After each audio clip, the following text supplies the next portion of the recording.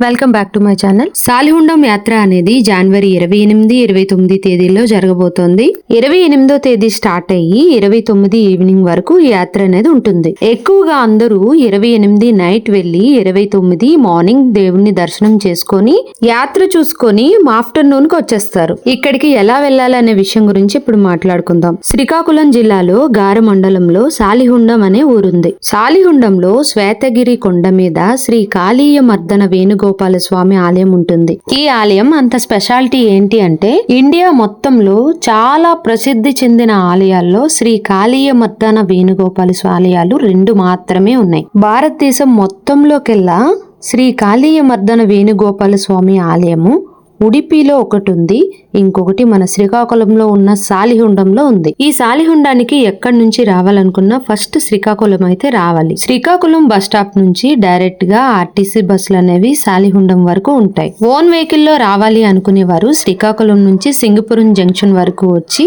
ఆ జంక్షన్ లో ఎవరిని అడిగినా చెప్తారు సాలిహుండం ఎటువైపు వెళ్ళాలి అని. అక్కడ టర్న్ తీసుకొని సాలిహుండం కొండ వరకు రావాలి. చాలా వరకు పాతపట్నం వైపు నుంచి వచ్చే వాళ్ళంతా కూడా సింగపురం జంక్షన్ వరకు వచ్చి అక్కడ బస్సులు అనేవి చేంజ్ అయ్యి సాలిహుండం అనేది వస్తారు. సింగపురం జంక్షన్ వరకు వస్తే ఆటోస్ అనేవి అవైలబిలిటీ ఉంటాయి. చాలా గ్రామాల ప్రజలైతే ఏట్లో దిగి మరీ నడిచి వెళ్తారు.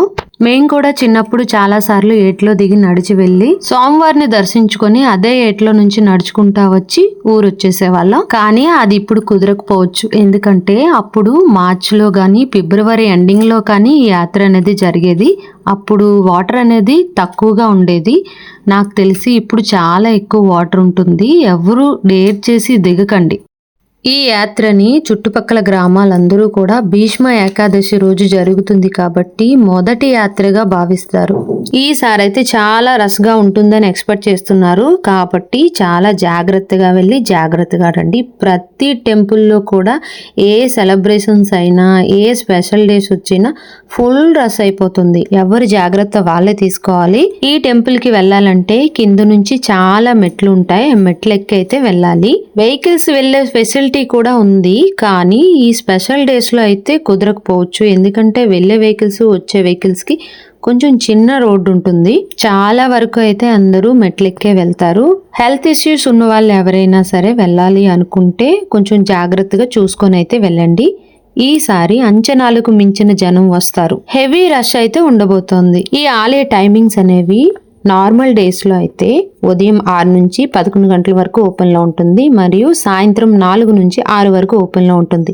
ఈ స్పెషల్ డే అయితే ఉదయం నుంచి దర్శనాలు అనేవి స్టార్ట్ చేసేస్తారు. పొద్దున్నే చుట్టుపక్కల గ్రామస్తులందరూ కూడా 28 నైటే వెళ్లి అక్కడ ప్రోగ్రామ్స్ అన్ని నైట్ చూసుకొని పొద్దున్నే స్వామివారిని దర్శించుకొని వచ్చేస్తారు. యాత్ర అంతా చూడాలి, జనాలను చూడాలి అనుకునేవారు 29 వెళ్తారు. స్థానికుల నమ్మకం ప్రకారం ఒకప్పుడు శ్వేతగిరిపై గోపాలుడి రూపంలో శ్రీకృష్ణుడు వేణు వాయిస్తూ పశువులతో విహారిస్తూ దర్శనం ఇచ్చేవాడంట. ఇక్కడ అద్భుతం ఏంటంటే రాత్రి వేళల్లో కొండ చుట్టుపక్కల గ్రామాల వాళ్లకు వేణునాదం వినిపించేదట.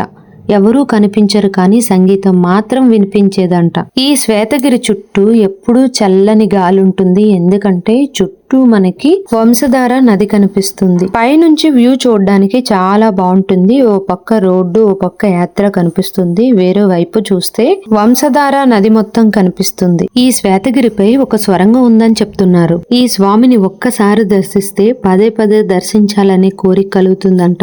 ఈ ఆలయంలో స్వామివారు అలాగే అమ్మవారు ఉంటారు. అమ్మవారి పక్కనే శ్రీ రామానుజుల వారి విగ్రహం అనేది చిన్నది ఉంటుంది. ఈ ఆలయంలోని వరద పాయసం పోసే రాయి ఉంటుంది. వర్షాలు పడినప్పుడు చుట్టుపక్కల గ్రామాల వారంతా వేడి వేడి వరద పాయసాన్ని అక్కడి నుంచి పోస్తా ఉంటారు. అలా పోస్తే వర్షాలు పడతాయని వారి నమ్మకం.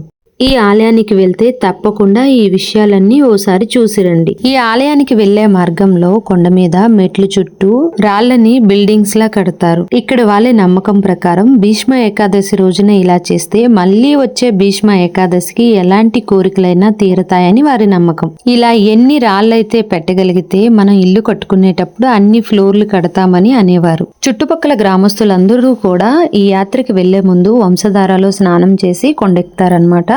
పండగ తర్వాత అందరూ పెద్దలకి చూపిస్తారు కదా, ఆ కార్యం అనేది ఒకవేళ అక్కడికి చేయలేని వారు ఎవరైనా ఉన్నా ఆ విధంగా చెయ్యాలి అనుకునేవారు ఎవరైనా అనుకున్నా వారందరూ కూడా ఈ వంశధార నదిలోనే పితృతర్పణాలు అనేటటువంటి కార్యక్రమాలన్నీ చేస్తా ఉంటారు. వంశధార నది పితృలోకానికి చేరే పవిత్ర నదిగా భావిస్తారంట. అందుకే ఇక్కడ చేసిన తర్పణాలు పితృదేవతలకు నేరుగా చేరుతాయని విశ్వాసం. స్థానిక సాంప్రదాయం ప్రకారం వంశపారంపర్యంగా ఇలా పితృదేవతలకు చేయవలసినది చేస్తే కుటుంబంలో శాంతి, సంతాన అభివృద్ధి, రోగ విముక్తి, కలహాలు తగ్గుతాయంట. అందుకే ఈ భీష్మ ఏకాదశి పర్వదినాన వంశధార నదిలో ఇలాంటి కార్యక్రమాలన్నీ చేసి స్వామివారిని దర్శించుకుంటారు.